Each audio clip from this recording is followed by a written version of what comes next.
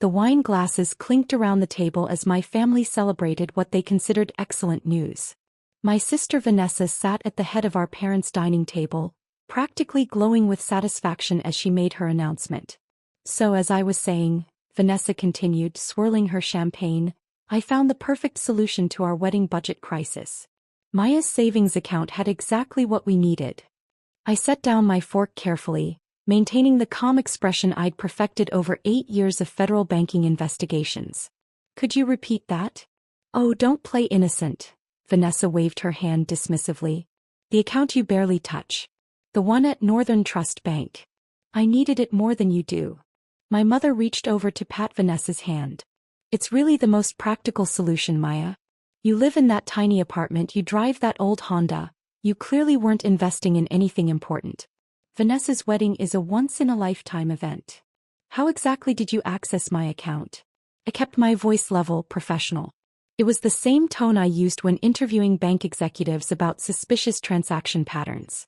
Vanessa exchanged a look with our mother before answering. Mom still had your old account information from when you were in college. We used it to set up the transfer. Don't be dramatic about this. I see. I took a sip of water, processing the admission. And how much did you transfer? 47,000, Vanessa said proudly. It covered the venue upgrade, the designer dress alterations, and the honeymoon suite in Bali. The wedding planner said it's going to be absolutely spectacular now. My father finally spoke up from his end of the table. Maya, your sister deserves this. She's worked so hard planning this wedding. You can always save more money. You're still young. I'm 32, Dad. Vanessa is 28. Exactly, my mother interjected. You have plenty of time to rebuild your savings. Vanessa needs this now. Besides, what were you even saving for? You don't have a boyfriend, you're not buying a house, you just let money sit there doing nothing. I smiled slightly, thinking about the actual purpose of that account, but said nothing. Vanessa's fiancé, Derek, shifted uncomfortably beside her. Maybe we should have asked first, Van. Oh, please, Vanessa rolled her eyes. It's family money. Maya would have said yes anyway. I just saved us all the awkward conversation. Would I have? I asked quietly. Of course you would have, my mother said firmly. Because you're a good sister. And because family helps family. We've always shared everything. I thought about the countless times my family had shared my belongings growing up. My graduation money that funded Vanessa's spring break trip. My car that became Vanessa's car when she decided she liked it better. My college fund that somehow partially redirected to Vanessa's sorority expenses because she needed the networking opportunities. When is the wedding? I asked. Vanessa's face lit up. Saturday. Just 4 days away. You're still coming, right? I know you've been busy with work, but you have to be there. Wouldn't miss it, I said truthfully. Where's the venue again? The Grandmont Estate, Vanessa practically squealed. That's what your money paid for. The upgrade from the garden pavilion to the grand ballroom. It's going to be absolutely perfect. 200 guests, a 12-piece orchestra, roses imported from Ecuador. Derek's family is going to be so impressed. Derek's mother, Patricia, who had been quietly observing from across the table, cleared her throat. It does sound lovely, Vanessa. Though I must say I'm surprised you had access to Maya's accounts. That seems rather unusual. Oh, we're very close, my mother jumped in. Not like some families who keep secrets from each other. We share everything. Maya understands that Vanessa's happiness is the family's happiness. I noticed Patricia's eyebrows rise slightly, but she said nothing more. Well, I stood up, folding my napkin. This has been illuminating. I should get going. Early morning tomorrow. Still working that boring bank job? Vanessa asked with a hint of mockery. What is it you do again? Process paperwork or something? Something like that, I replied evenly. Congratulations on the wedding, Vanessa. I hope everything goes exactly as planned. My mother stood to hug me. Don't be upset, sweetheart. This is for the best. And who knows? Maybe you'll meet someone at the wedding. We've seated you with some of Derek's single colleagues. I smiled and said nothing. As I walked to my car, my phone buzzed. A text from my colleague Agent Harrison. Wire transfer flagged in Northern Trust system. Unauthorized access pattern matches your case parameters. Need you to verify. I texted back, verified. Subject is family member. Proceeding with scheduled protocol. His response was immediate. Confirmed. Team mobilizes Friday evening. Venue secured for Saturday morning. I drove home to my tiny apartment. A modern downtown loft I'd bought cash 3 years ago, and opened my laptop. The Northern Trust account Vanessa had raided wasn't my primary account.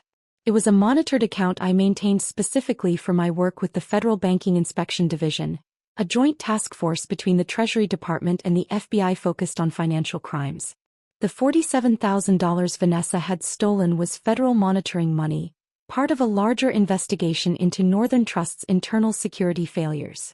My mother's access to old account information shouldn't have worked. The bank systems should have required updated authorization. The fact that the transfer went through represented a significant security breach, exactly the kind of vulnerability my team had been documenting for 18 months. Vanessa had just provided the perfect real-world test case of systematic failure. I pulled up my files on the Northern Trust investigation. 7 months ago, we'd identified multiple instances where outdated account authorizations remained active in their system. Elderly customers had reported unauthorized transfers by estranged family members. Small business owners discovered former partners still had access years after removal. The bank had insisted their security protocols were flawless. Now I had personal evidence to the contrary. My phone rang. Director Walsh, my supervisor at the Treasury Department. Maya, I heard about the flag. Are you all right? I'm fine, sir. Actually, this incident provides perfect documentation for our case. Your own family raided a federal monitoring account? They didn't know it was a federal monitoring account. They thought it was my personal savings. Pause. That's still theft, sir. Which is why I've already filed the required reports. The money was transferred to multiple vendors for a wedding event. The venue is the primary recipient, the Grandmont Estate. I've requested coordination with the FBI fraud unit for Saturday morning. Maya, you understand this will involve your family members being questioned. I understand completely, sir. The law applies to everyone equally. Another pause. All right. I'll authorize the operation. But I want you off the direct interview team. You can be present, but Harrison leads. Understood. Friday morning I went to work at the Federal Reserve Building as usual. My actual office wasn't at a bank branch. I worked in financial crimes investigation, specifically examining how banks failed to protect customer assets. My title was Senior Inspector Financial Crimes Division, Treasury Department. I held Level 4 security clearance and had testified before Congress twice about banking security failures. My family thought I was a low-level bank employee because I'd never corrected them. When I got the job 8 years ago, fresh out of my master's program in forensic accounting from MIT, my mother had said, "That's nice, dear. Maybe you'll work your way up to manager someday." I'd never mentioned the MIT degree either. They thought I went to state school. Agent Harrison stopped by my desk. The Grandmont estate is cooperating fully. When we explained a federal investigation was involved, they offered complete access. Apparently, your sister has been difficult with their staff. That sounds like Vanessa. The venue coordinator mentioned that your sister insisted on contract terms that raised some flags. She demanded all deposits be non-refundable and all payments be made in advance. Cash or wire transfer only. No credit cards. I looked up sharply. That's unusual. That's what we thought. We pulled the venue's records. She's not the first client to request these terms, but she is the first one whose funding source came from a flagged account. You think the venue might be involved in something larger? Harrison shrugged. Too early to tell. But it's interesting. We're expanding the investigation scope. Friday evening my mother called. Maya, sweetie, I just wanted to make sure you're not upset about the money situation. You understand it was for the best, right? I understand perfectly, Mom. Good. Because Vanessa was worried you might make a scene at the wedding. You won't, will you? I won't make a scene, Mom. I promise everything will proceed according to protocol. Protocol? What an odd way to put it. Anyway, the rehearsal dinner is tonight, but I know you're too busy with work. We'll see you tomorrow at the wedding. 2 o'clock sharp. Don't be late. I'll be there early, actually. Oh, well, that's sweet. Maybe you can help with last-minute preparations. Something like that. Saturday morning arrived cool and clear. I dressed in my usual professional attire, a tailored navy suit, crisp white shirt, and the credentials badge I typically kept in my desk drawer. I arrived at the Grandmont estate at 8:47 a.m. The venue was a sprawling historic mansion with manicured gardens and a ballroom that could host events for 500 guests. The parking lot was already busy with catering trucks and florist vans. I could see wedding decorations being arranged through the tall windows. I parked next to the 3 black SUVs already positioned near the main entrance. Agent Harrison met me at the door, along with 6 other federal agents and 2 representatives from the FBI's Financial Crimes Unit. "Morning, Inspector Chin." "Ready." "Ready." The venue coordinator, a polished woman named Margaret, approached us nervously. "The bride arrived 15 minutes ago. She's in the bridal suite with her bridesmaids and mother." "Should we?" "We'll need to speak with her," Harrison said professionally. "But first, we need to secure the venue and document the financial transactions. No one leaves until we've completed our initial interviews." Margaret nodded, her face pale. I should mention, when I informed Miss Chin that there was an issue with her payment, she became quite aggressive. She insisted everything was paid in full and threatened to sue us for breach of contract. "What issue with the payment?" I asked. Margaret glanced at me, then at my badge. "The wire transfer was flagged by our bank this morning. They put a hold on it pending verification." I tried to explain to Miss Chin that we needed to confirm the source of the funds, but she wouldn't listen. Harrison and I exchanged looks. The Northern Trust security protocols had finally kicked in, 24 hours too late but better than never. "Let's go have a conversation with the bride," Harrison said. We walked through the elegant hallway toward the bridal suite. I could hear Vanessa's voice before we reached the door. "I don't care what your bank says. That money is mine. I transferred it legally from a family account. This is my wedding day, and if you think I'm going to let some banking error ruin it, you're insane." Harrison knocked firmly on the door. Vanessa yanked it open, her face flushed with anger. She was already in her wedding dress, an elaborate creation of silk and lace that probably cost $15,000. "What now?" "I already told you people." She stopped mid-sentence when she saw the federal badges. "Miss Vanessa Chin?" Harrison said formally. "I'm Special Agent Harrison with the FBI's Financial Crimes Unit. These are my colleagues from the Treasury Department's Banking Inspection Division. We need to speak with you about a wire transfer made from Northern Trust Bank on Tuesday evening." My mother appeared behind Vanessa, her face going white. "What is this? What's happening?" Then she saw me standing slightly behind Harrison in my full credentials. "Maya? What are you wearing? Why do you have a badge?" "Mrs. Chin," Harrison continued, "we need to speak with both you and your daughter about unauthorized access to a federal monitoring account." "Federal monitoring account?" Vanessa's voice rose to a shriek. "It was Maya's savings account." "No," I said quietly, stepping forward. "It was an account maintained by the Treasury Department for investigating banking security failures. The account you accessed belongs to the federal government. The money you transferred was federal funds." The color drained from Vanessa's face completely. You work for the government?" "I'm a senior inspector with the Treasury Department's Financial Crimes Division. I've held this position for 8 years. The account you accessed on Tuesday was part of an active federal investigation into Northern Trust Bank security protocols." My mother grabbed the doorframe for support. "But you said you worked at a bank. You said it was just paperwork." "I investigate financial crimes at banks. There is quite a bit of paperwork involved. You assumed I was a teller. I never corrected you." Harrison pulled out his tablet. "Miss Chin, Mrs. Chin, you're both going to need to come with us for formal questioning. The unauthorized transfer of federal funds is a serious offense." "But I didn't know." Vanessa's voice cracked with panic. "How was I supposed to know it was a government account? It was just sitting there." "That's part of the problem we're investigating," I said calmly. "The fact that you were able to access the account at all represents a significant security failure by Northern Trust Bank. However, the transfer itself still constitutes theft of federal property."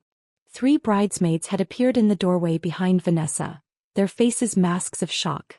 "This is insane," my mother said, her voice shaking. "Maya, tell them this is a misunderstanding. Tell them you gave us permission." "I didn't give you permission, Mom. I didn't even know about the transfer until Vanessa announced it at dinner on Tuesday. At which point I immediately filed the required federal reports. You filed reports on your own family? My mother's voice was disbelieving. I filed reports on a federal crime. The relationship of the perpetrators to me is irrelevant to the law. Harrison gestured toward the hallway. Ladies, if you'll come with us. We have interview rooms set up in the venue's conference center. But the wedding. Vanessa was crying now, mascara beginning to run. The guests are arriving in 5 hours. Derek is already at the church. This can't be happening. The venue is currently secured as part of our investigation, Harrison said. No event will be taking place here today. As if on cue, 2 more agents appeared, speaking with the catering staff who were starting to arrive. I could see the florists being redirected, the musicians being stopped at the entrance. Derek's mother, Patricia, came rushing down the hallway. What on earth is happening?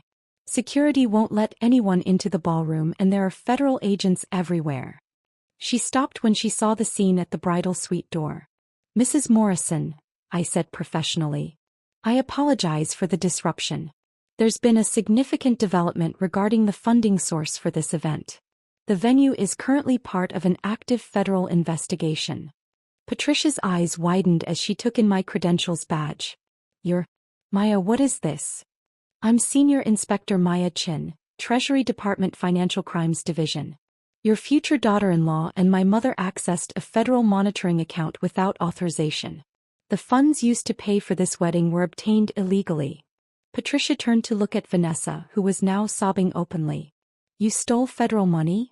I didn't steal it. It was Maya's account.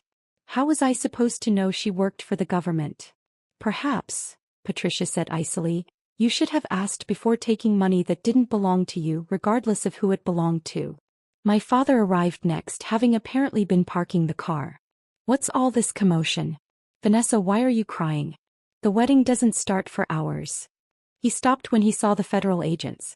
Mr. Chen, Harrison said, your wife and daughter are being detained for questioning regarding the theft of federal funds. Are you aware of any involvement you may have had in accessing or authorizing the transfer from Northern Trust Bank? My father's mouth opened and closed soundlessly. He looked at me, really looked at me, perhaps for the first time in years. Maya? What's happening?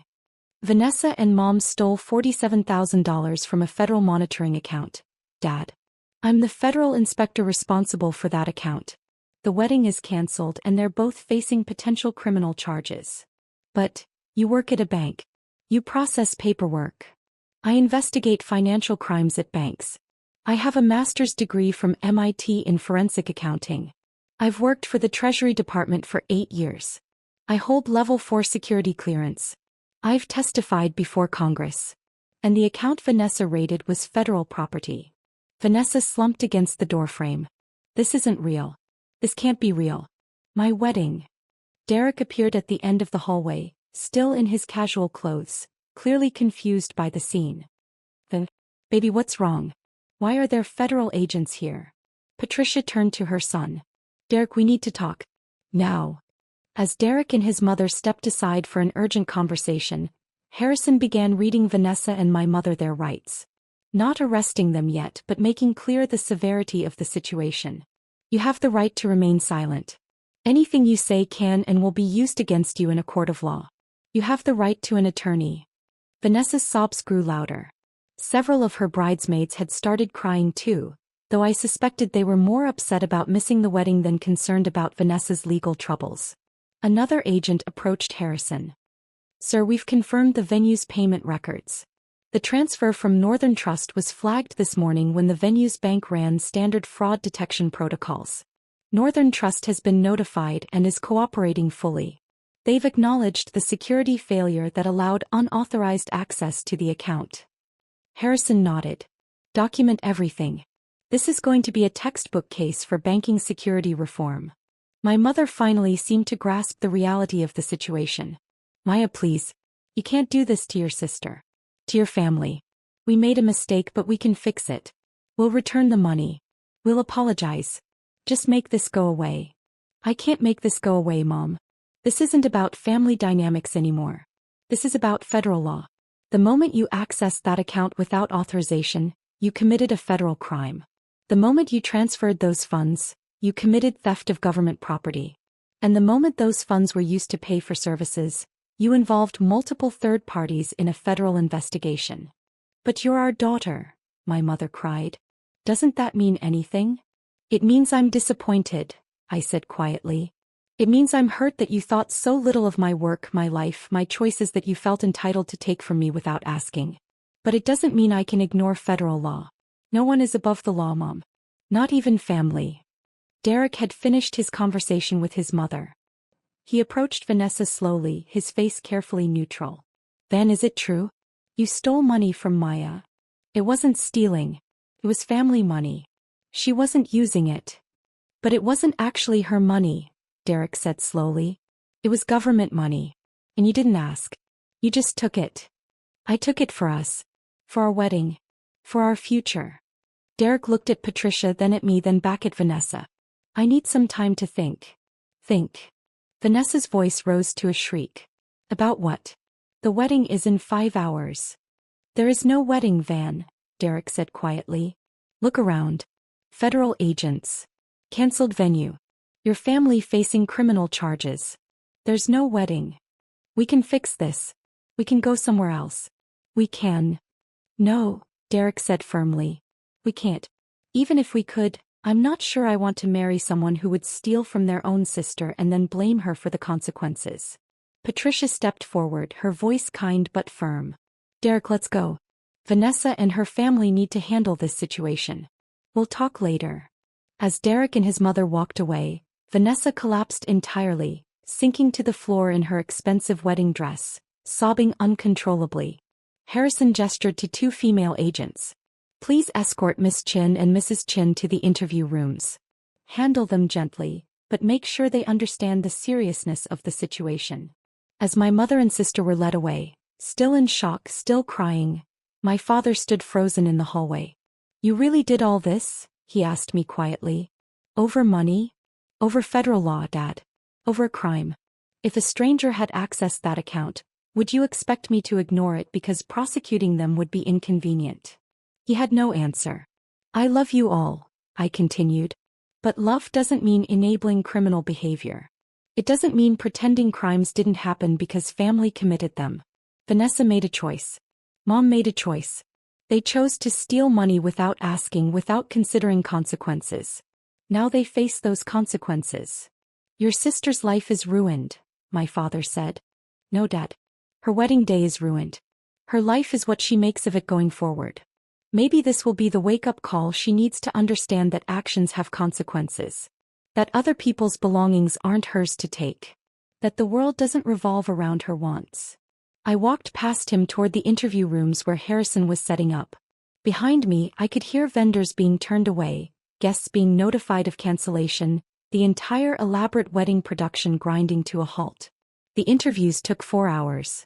Vanessa alternated between sobbing, anger, and desperate attempts at justification. My mother tried repeatedly to blame me for not making my job clear, for tricking them by maintaining a federal account that looked like a personal account. Harrison was patient but firm. The facts were simple. Unauthorized access to a federal account, theft of federal funds, and attempted use of those funds for personal benefit. The investigation into Northern Trust security failures was secondary to the immediate criminal matter. By 2 p.m., the time the wedding should have started, my mother and Vanessa were released with formal warnings and notices to appear for federal proceedings. The U.S. Attorney's Office would decide on formal charges, but at minimum, they faced significant fines and potential probation. Northern Trust Bank faced a much larger investigation and likely federal sanctions for their security failures. I stood in the parking lot as my family left in separate cars. My father drove my mother, who was silent and hollow-eyed. Vanessa left with one of her bridesmaids, still crying. None of them looked at me. Patricia Morrison approached as I was getting into my own car. Inspector Chin? Mrs. Morrison. I'm sorry about all this. Don't be, she said crisply. You did your job. You upheld the law. And you potentially saved my son from a very difficult marriage. I smiled slightly. That wasn't my intention. I know. But it's a valuable side effect nonetheless. She paused. For what it's worth, I think you're remarkable. The strength it takes to do what you did today, knowing how your family would react. That's real character. Thank you. If you're ever interested in changing careers, Derek works in corporate law. His firm always needs good investigators with your credentials. I suspect you might want some distance from your family for a while. I took her card, genuinely touched. I appreciate that. As I drove home, my phone began buzzing with texts. Not from my family, they were radio silent. But from colleagues, from my director, from the U.S. Attorney's Office. Director Walsh called as I pulled into my parking garage. Maya, exemplary work today. I know it was personal. I know it was difficult. But you handled it exactly right. The Northern Trust case is going to result in major banking security reforms. Your family's theft ironically provided the perfect documentation of systemic failure. Thank you, sir. Take a few days off. You've earned it. And Maya? I'm recommending you for promotion. Lead inspector. Your own team. You've more than proven you can handle it. After we hung up, I sat in my car for a long moment thinking about the day. My phone buzzed again. A text from a number I didn't recognize. This is Derek. My mom gave me your number. I wanted to say thank you. And I'm sorry your family put you in this position. You deserve better. If you ever want to grab coffee and talk about anything other than federal crimes, I'd like that. I smiled, saved the number, and texted back. Coffee sounds good. How about next week? His response was immediate. It's a date. A non-wedding related date. I laughed out loud in my empty car. 3 days later, my mother called. I almost didn't answer, but curiosity won. Why? Her voice was small, defeated. The U.S. attorney called. We have to pay back the $47,000 plus fines. $20,000 each in fines. And we're on probation for 2 years. I know. I received the same report. Vanessa won't speak to me. She blames me for having your account information. Derek broke up with her. She moved back home, but she just stays in her room crying. I said nothing. Your father says we should have treated you better. That we never appreciated what you accomplished. He's right. A long pause. I didn't know you went to MIT. I didn't know you worked for the Treasury Department. I didn't know any of it because I never asked. I just assumed. You assumed I was unsuccessful because I didn't brag about my success. You assumed I was unimportant because I didn't demand attention. You assumed my money was available because you'd always been able to take from me before. Yes. Her voice cracked. All of that. And I'm sorry, Maya. I'm truly, genuinely sorry. Not because we got caught. Not because of the fines or the probation or the ruined wedding. But because we treated you terribly, and you deserved so much better from us. It was the first real apology I'd ever heard from my mother. Thank you for saying that, I said quietly. Is there any chance? Can we fix this? Can we fix us? I don't know, Mom. That's going to take time. And it's going to require actual change, not just words. It's going to require you and Vanessa and Dad to really think about how you've treated me for years. Not just this incident, but everything. We will. I promise we will. Just, don't give up on us completely. I won't give up on you. But I won't tolerate being treated as less than I am ever again. Clear boundaries, Mom. Real respect. Or we don't have a relationship. Clear boundaries, she repeated. Real respect. I understand. After we hung up, I looked around my apartment. My beautiful, paid-for apartment with its view of the city skyline. I thought about my career, my accomplishments, my upcoming promotion. I thought about coffee with Derek next week and the new team I'd be building and the banking security reforms that would come from this case. My family had tried to take from me, assuming I had little to lose. Instead, they'd lost everything and I'd lost nothing that mattered. I opened my laptop and began drafting my acceptance speech for the promotion. Lead Inspector Mayachin had a nice ring to it. And somewhere across town, in a house full of regret and consequences, my family was finally learning what I'd always known. That quiet competence beats loud entitlement every single time. The wedding that never happened became a federal case study. Northern Trust Bank implemented massive security overhauls. And I got to do what I did best. Protect people's assets and hold wrongdoers accountable. Even when those wrongdoers were family. Especially when those wrongdoers were family. Because that's what real integrity looks like.